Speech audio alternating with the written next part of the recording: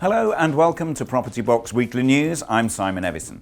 Landlords represented by Cherie Booth QC have failed in their legal battle against a planned government tax increase on buy-to-let properties.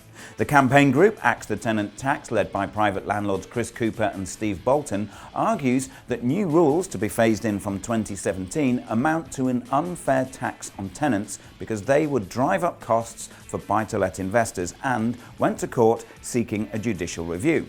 But at the High Court, Mr. Justice Dingman said it would be a miserable spectacle to watch a case that is bound to fail. Speaking after the case, Mrs. Blair said, "The court's decision that our client's legal challenge should not proceed is very disappointing." She went on to say together with their impressive and growing coalition, Steve and Chris will continue to engage with the government. The pair said, "Now that the legal route has run its course, we will be focusing 100% of our attention and resources on taking our case more forcefully, more powerfully and more directly right to the heart of government. Our goal is simple: to abolish this tax or to remove the retrospective nature of it." They went on to say, "We will be launching a range of lobbying, media and grassroots activism measures over the coming days and weeks." Richard Lambert, Chief Executive Officer at the National Landlords Association, showed his support by saying, "This issue has been the focus of the NLA's lobbying for the past 15 months, and as the UK's largest representative body for landlords, we are still committed to changing this damaging policy through political engagement.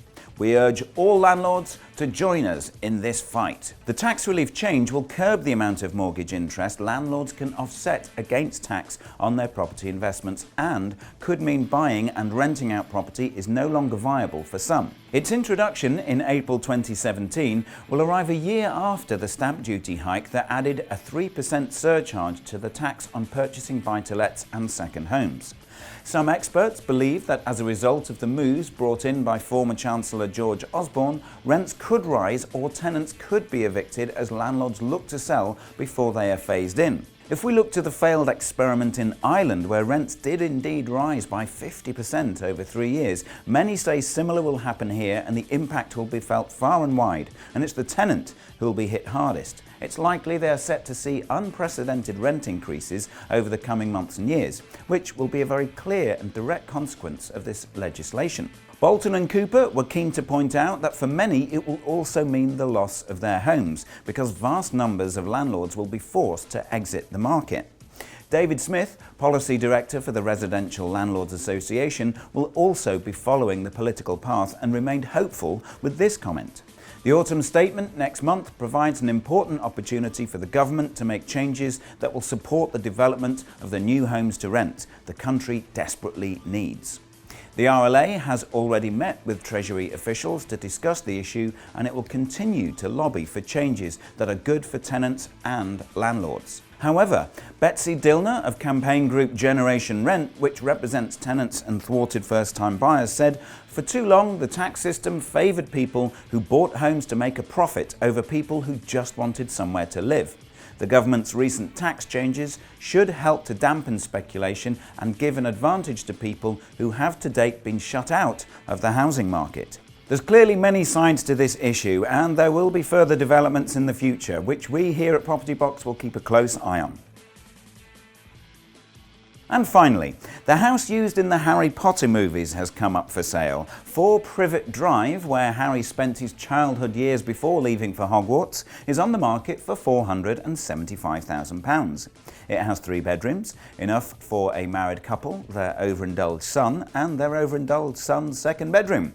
Whether there's room for a child to sleep in the cupboard under the stairs is unclear. The frilly lampshades and lurid colours favoured by Aunt Petunia are long gone, and the house has been recently renovated throughout to a very high standard. There's a south-facing garden, driveway for 2 cars, and, of course, a little bit of magic. That's all from me. We'll see you next time. Goodbye. Purchasing buy-to-lets and second homes. Now, ran out of breath. Slow down, you move too fast. Direct consequence of this legislation. There's many sides to this issue, and over the coming months, monks again? How many monks do you need? Nuns. maybe a vicar or two, who knows. And over the coming months, and finally, that was